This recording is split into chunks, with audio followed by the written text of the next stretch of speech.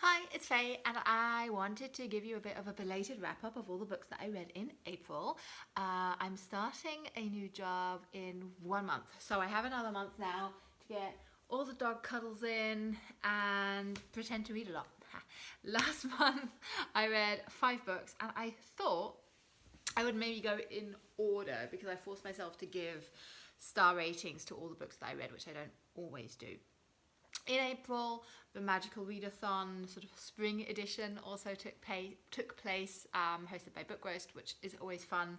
I had to read 3 books to complete my training to become a math magician, which is actually not too far off from the job that I'll be starting next month. So that was cool. But I fit in the books that I read into that readathon generally. And starting with one of my 2-star reads, I read Outline by Rachel Cusk. Now, you've probably seen this if you are, like me, a woman in her early 30s who frequents Bookstagram, because these very crisp, cool covers are about Faye. Yes, indeed, I was very egocentrically happy to find out that the main character is named as am I. And Faye is a writer. She's probably somewhere in her mid-40s, we think. She's probably going through a divorce. We think she has kids. But the really interesting thing about this book is that we actually only get to know her through the different chapters, and each chapter takes us through some form of dialogue with a person that she meets. So she's only really commenting on the conversations she has with them, the topics they talk about, her opinion of that person, and that then enables us to backtread and figure out what kind of person she is. So the idea was great. It's very navel-gazy though, and I feel like this is a sort of somewhat stereotypical millennial novel. When was this published? 2014. So this is actually not brand new. It is the first in a trilogy, I believe. But I'm not going to follow on with it. I've heard that it gets better, but even though it was a quick and easy read, it still isn't really grabbing me. Yeah, so 2 stars. It's okay, but also things bugged me about it. This is my general 2-star rating explained. Then next, I won't actually go in order of rating. Ha, I lied. I will go in the order of chronologically reading them, because that's also how I write these things down in my bullet journal. Next, for me, a 3-star read was Riot Baby by Tony Onyebuchi. Is that the name? I think so. I'll put the cover here. And this YA novel was actually really cool in as far as that it doesn't really explicitly name country or year that this story is taking part in during. Our protagonist is a young girl who has some form of abilities that sort of scare people. She tries to hide them, but every time she gets really, really angry about all the racism and police criminality, especially that young black people are faced with, she struggles to hold this power in, and she has the potential to sort of fight back and hurt quite a lot of people with her powers.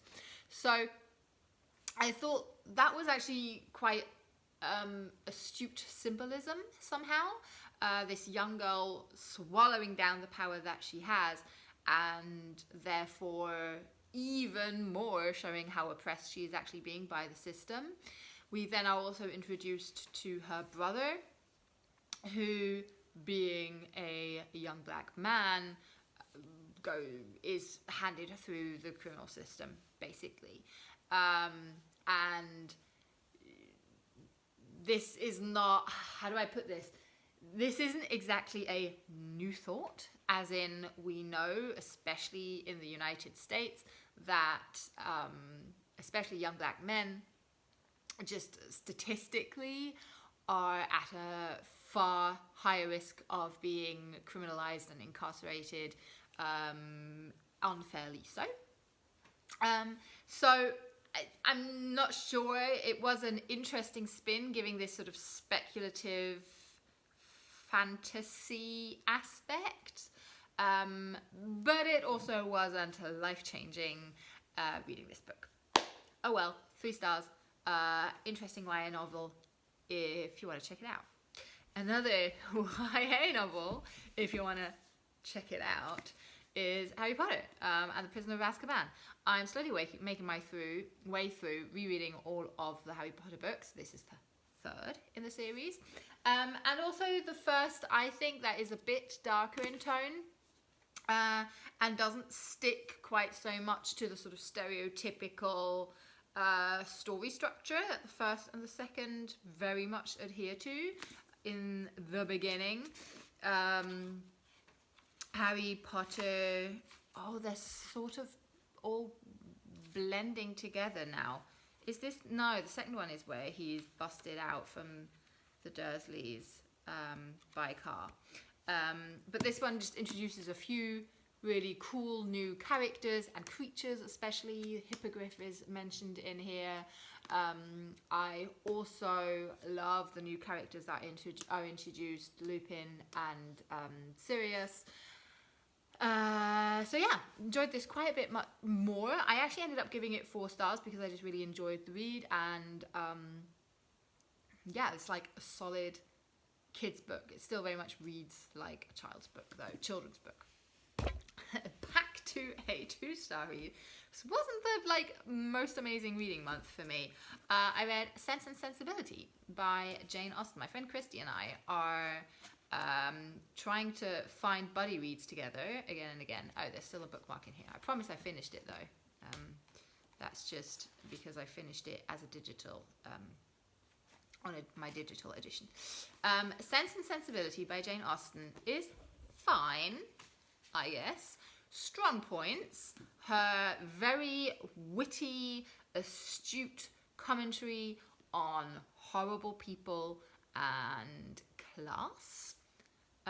We follow 2 sisters, Marianne and Eleanor. One is a very sensible girl, and one is a very passionate girl.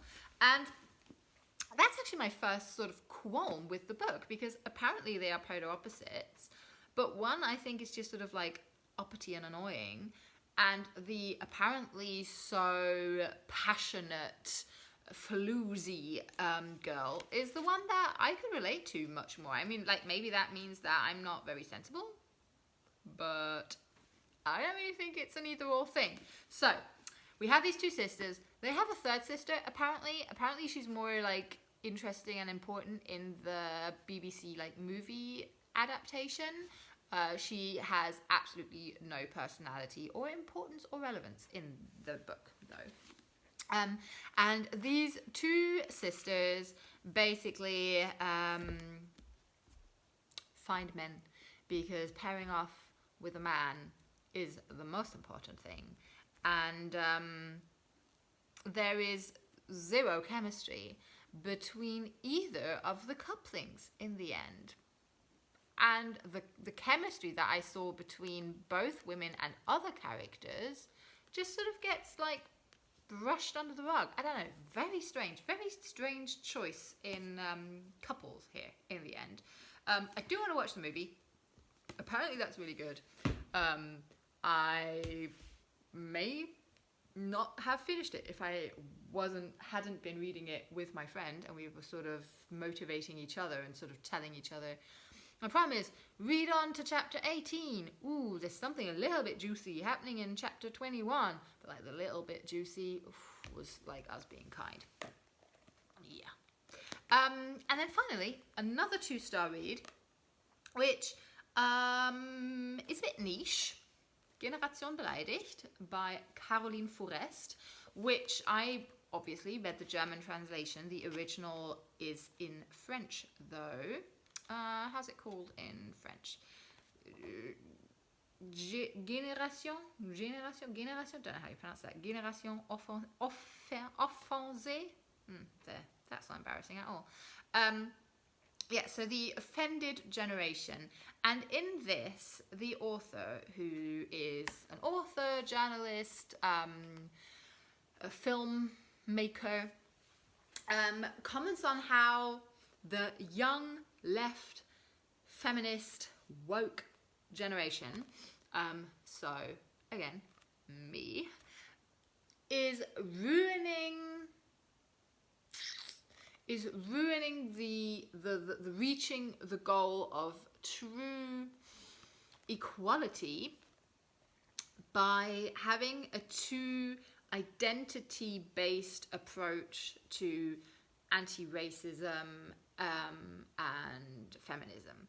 So the idea being that by protecting marginalized groups in a way that we don't allow the mainstream to include that in sort of broader culture, we're actually exacerbating the problem. So one of her like big pet peeves, sounds a bit too small, is the concept of cultural appropriation, and how she really thinks that that's gone like a step too far, that it's actually nice that culture is being used in a more sort of mix and match free creative way, and it was really strange reading this book, because this is so different in tone to other feminist nonfiction that I read. Generally, this is not the stance or the viewpoint that I take, but I do think it is valuable to read books that delineate from your point of view.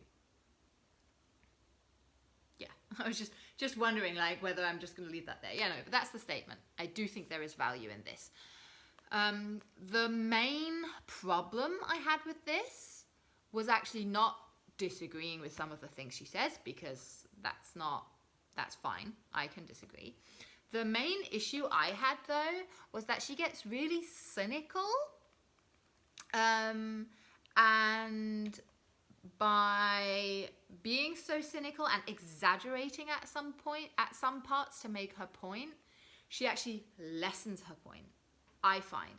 Because she criticizes, which I can like totally get on board with, how the sort of young, new left movement totally snowballs. A small group gets super upset on social media, thus creating the illusion that this is like the mainstream opinion, and this sort of like extreme